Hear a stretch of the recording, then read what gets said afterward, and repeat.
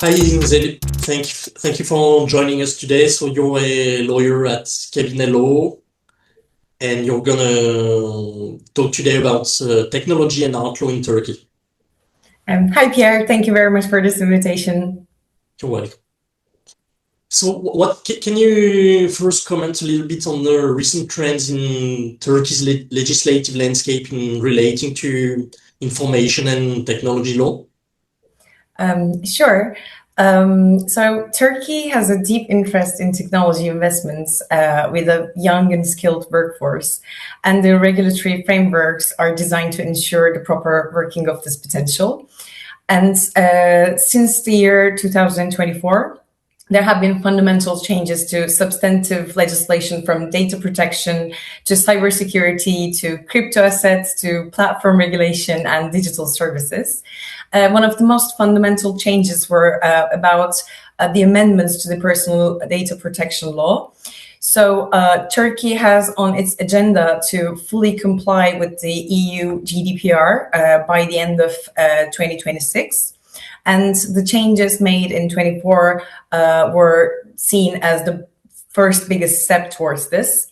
Basically, the new amendments introduced new legal basis for processing special categories of data.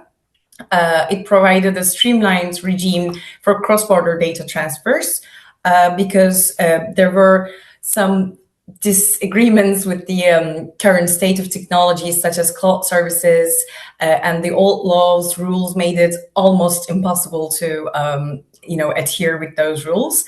And also in that respect, I must add that Turkey's previous law was not from the GDPR, but from the older EU directive 9546. So these new amendments brought a better perspective.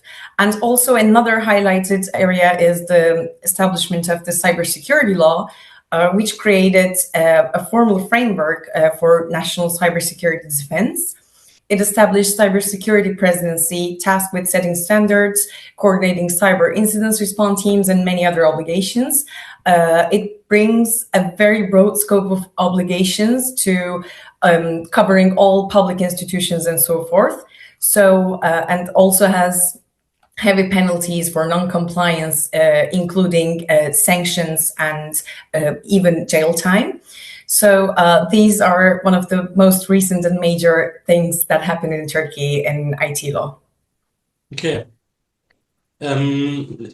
So what's Turkey's legislative stance on AI? Very good question again. So Turkey has a great interest in this area, of course. When we are talking about this, we must mention the EU AI Act, obviously, because although Turkey is not a state party to the European Union, the European Union AI Act has an extraterritorial effect, which means that the Turkish actors providing services in the EU must take into consideration the obligations provided in the EU AI Act. And second of all, the Brussels effect, it always provides the golden standard for any kind of legislation. So it's going to be very exemplary for Turkey. So Turkey has specific national artificial intelligence strategy and action plans. And in these action plans, strategic priorities such as training AI experts, boosting R&D in data infrastructure, and enacting AI regulations come to forefront. In that respect, the Turkish parliament has seen multiple AI bills proposed. Some of those bills were focused on aiming at the safe and ethical and fair use of AI with a specific regulation. And some of them also demanded for comprehensive changes to the current legislation in different fields. So for the time being, Turkey has not enacted a specific regulation, but we will see. Okay. And in regards to art regulation, besides data or AI? So, I mean, Turkey has a rich art and cultural heritage background. There are hundreds of museums and galleries nationwide. Over 30 million visitors come to Turkish museums each year. And Turkey's contemporary art market is also expanding internationally, with galleries expanding to Europe or other regions. In this context, the intellectual property rules are, of course, very important, and key legislative sources in these areas are the law on intellectual and artistic works, which is the primary statute for copyright, and the Industrial Property Code, which governs trademark and patents. Also, Turkey is party to all major intellectual property agreements, such as Berne Convention, Paris Convention, TRIPS, Madrid Protocol, and Hague Agreements. And also with the EU Customs Union, Turkey also applies EU-aligned customs measures for IP enforcement at the borders.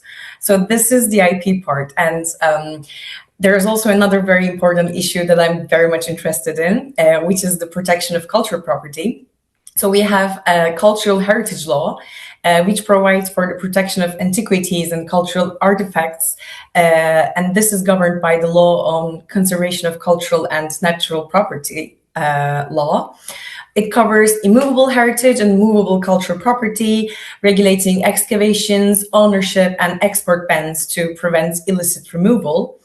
So museums are, for example, obliged to maintain detailed inventories of their conventions, and Turkey must also adhere with the conventions, the UNESCO Convention 1970 and 1972, which prohibit illicit trade in cultural property. I must say that the Ministry of Culture and Tourism in Turkey actively works towards repatriation of artifacts and recovering smuggled artifacts. Between 2002 and 2025, Turkey successfully repatriated over 13,000 antiquities from abroad through legal and diplomatic efforts. And these efforts also involve coordination with foreign authorities, provenance research, and monitoring auctions for Turkish relics. So this is a comprehensive and a very interesting area. It seems to be. So talking about criminal issues, there is on the one hand smuggling, and one thing that often happens in the art market is the money laundering issues. I think that Turkey has been giving quite some attention to that matter recently. Can you expand a little bit on that? Sure, it's a very important topic, as you mentioned, because there are many subjective elements for determining the value of an artwork, for example, such as prestige and wealth. So the prices can be inflated easily, and the artwork traditionally relies on complex, opaque, and confidential structures, with artificial beneficial owners or purchase prices, or artwork particularities are usually kept confidential. So I think globally this matter is very important as well. The Financial Actions Task Force for the recommendations is setting the standard, and the EU and the UK has also since the year 2020 has been implementing many regulations, with the UK having even very high fines. So first of all, we must underline that, of course, money laundering is a criminal offense in Turkey, and it's regulated in the penal code in Turkey.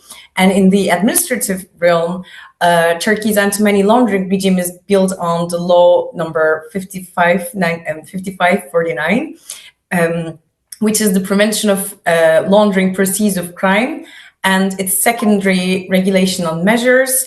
The regulatory body in the regulatory body in this respect is the Financial Crimes Investigation Board, MASAK, and MASAK also regularly publishes communiques in this matter. So Turkish legislation includes specifically art businesses to the ratio personae of the legislation. The law lists that the people who are trading in historical artifacts, artworks, antiquities, or acting as intermediaries in such trade are obliged parties, and they have to require with anti-money laundering obligations. such as implementing customer due diligence or record keeping and suspicious transaction reporting to the MASAC. And very recently, and I don't want to overgo my time, in a sectoral research report, MASAC mentioned in 2020 that those engaged in trade of historical artifacts and artworks constitute one of the most problematic groups in terms of obligations because of the obvious reasons that we've just mentioned. So it was mentioned with concern that no suspicious activity was ever received from MASAC, from the market participants to MASAC. So it indicates, unfortunately, that the Turkish art market participants lacks a certain awareness on the matter. But last year, in June 25, MASAC issued a suspicious transaction guidelines for certain categories for the first time. And for the first time, specific guidelines addressed to the actors trading in historical artifacts, antiquities, and artworks, as well as auctioneers. So there are many things, risks are being mapped out, including customer profile risks and sector-specific suspicious transactions. So these must be reported to MASAC through online MASAC system. And these guidelines are very much in line with the Financial Action Task Force's recommendations and demonstrate that Turkey stays committed to reinforcing its policies and enforcement for combating money laundering activities in accordance with the Financial Actions Task Force recommendations. Yeah, I would love to discuss it more with you. So maybe on the next episode. yeah, hopefully to see you on another episode of the UI. It was very nice having you here. Thank you for your interview, and I hope to see you soon. Thank you, Pierre. Hope to see you too. Bye. Bye-bye.